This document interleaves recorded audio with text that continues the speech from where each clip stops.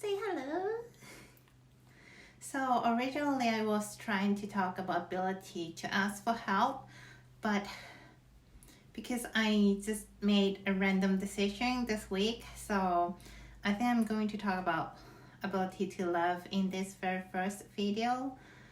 So I just really want to say that I really love the 24th version of myself, because I think there's many people who choose to stay single without realizing that they actually don't have the ability to love, which I'm really afraid that I'm part of them back in 2022 and 23.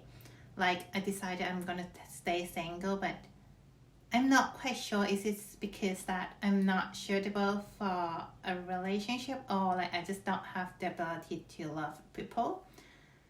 But I think this year gave me a really strong evidence that I'm not part of them. And I still won't say that I have the ability to love, like I'm not perfect in it, but I think I started to realize that I do have that ability, and I am really willing to learn to love people. So I'm currently developing and also have a quite secure attachment style, which I really appreciate that, because it's not inborn. So before this year, I am having a mixture of anxious and avoidance attachment style. So in romantic relationship, I'm quite afraid of being abandoned or like being given up by someone. But at the same time, especially in friendship, I'm afraid of losing independence. So if my friends told me that she's gonna travel with me to other country, I would be quite stressed. It's not because I don't like them. I'm just afraid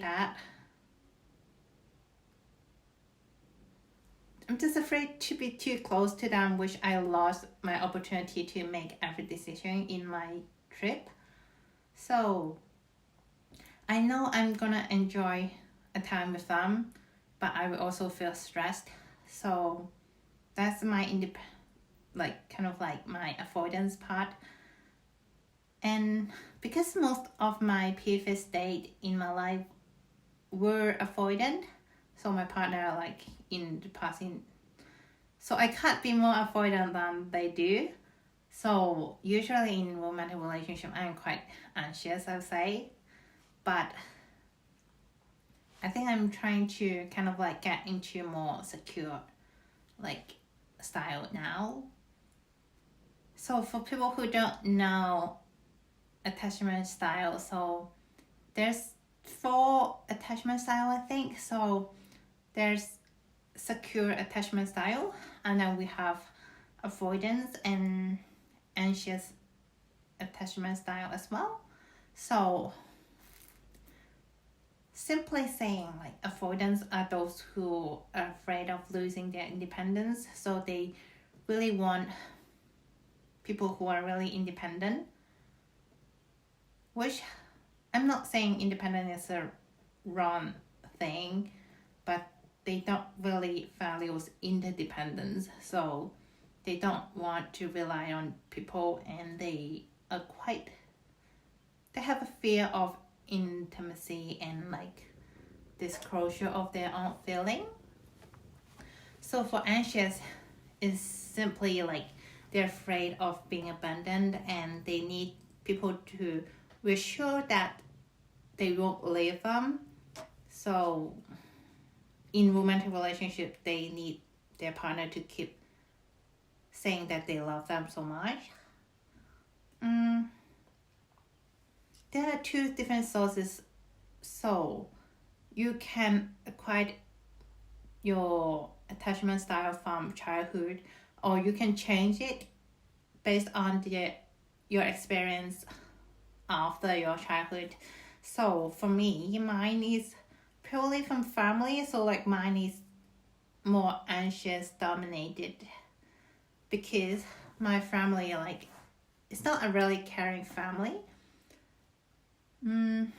for avoidance, like their demand in childhood is not satisfied, so they just give up asking, or like in their previous romantic relationships, so they got rejected, or like if they ask for something, they got rejected quite frequently. That's why they just stop asking, because they don't believe that people is gonna satisfy their need.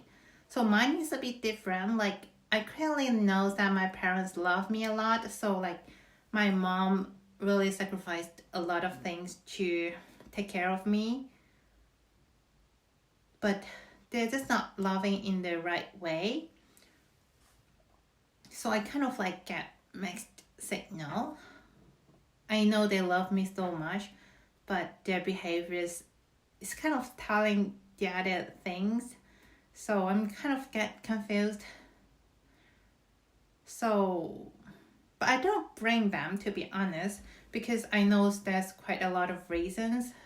First one is that my parents were not loved in the right way when they were in childhood as well. So they didn't learn them from their parents.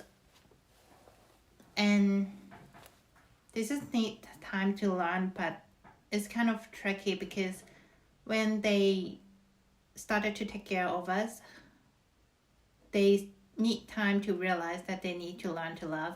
But when they realize that, it might be too late. So I got the very first apologies from my mother at around like 20 years old. So before that, I never got any word around like sorry or apologies. So she never really apologized to me for anything she has done wrong. But she did make a progress, even though it's quite late.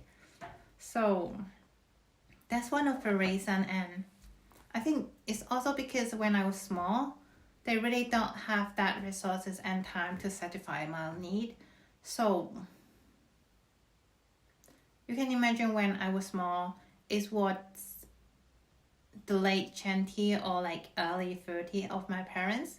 So it's the time when they want to develop their career, when they were paying their mortgage, and when they were really like want to explore the world.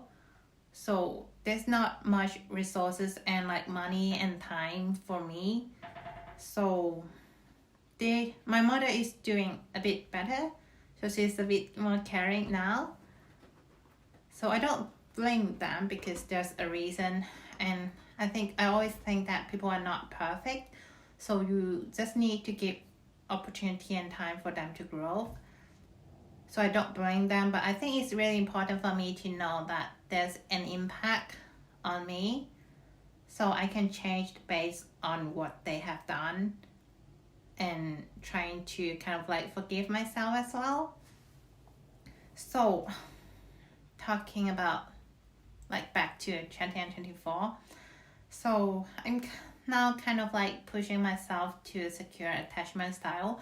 So I'm trying to learn how to love people in the right way. And I think someone I met in 2023 contributed a lot. So I think he is really the first person who explicitly reassured that I'm a really great girl. I'm a really great person and I deserve to be loved. I think Sausage Dog, which I mentioned before, did that as well, but like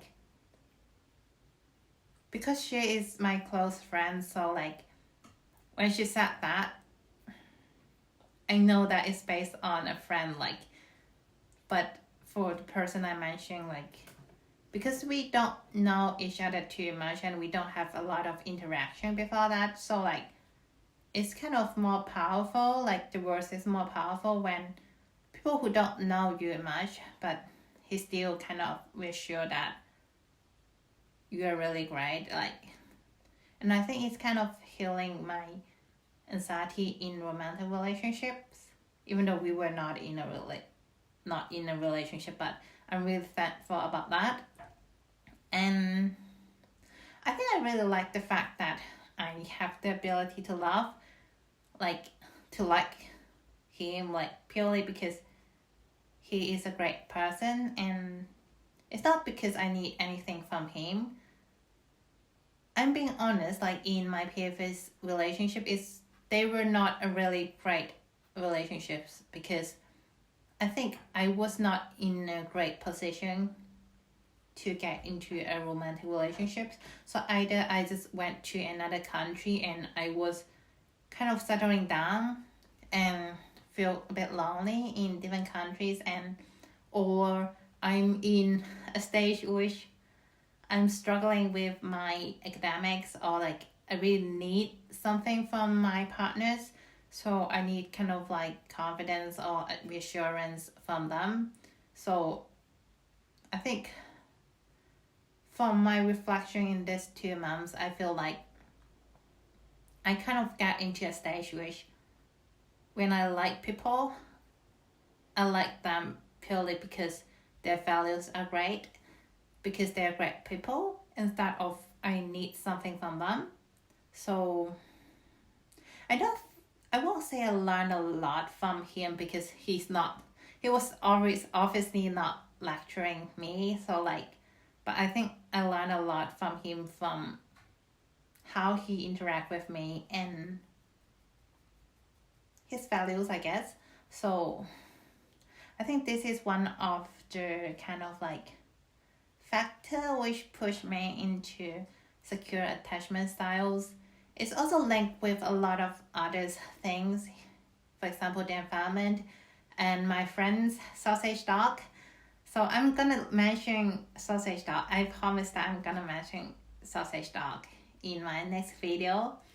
She is really great. Like, I just spent a weekend with her actually 2 weeks ago, and I think we have a bit of discussion around how environment change people, because obviously we both learned overseas and in a really different cultures. So we both came from the East Asia, and I think we get more happy when we come to the UK. I'm not sure if it's the fact that you experience different culture which makes you more kind of like inclusive or like forgiving yourself, or is this purely the UK culture or like Western culture which is more linear to people? But like, I'm gonna talk about this next video, but let's see. I still don't think I'm a really secured attachment style person, so I can push my attachment style like kind of like that grid here. So you can see that I'm not really perfect in romantic relationship or like in friendships still. So I'm working on that still, but I think it's also a question whether I want to be a perfectly secure person, because I always believe that people can't be perfect. If you're perfect, like, I think you kind of lost some degree of humanity. So I think I'm still working on that, but let's see how it's going. Maybe next year I might record something similar and I might change a bit as well. So let's see you then.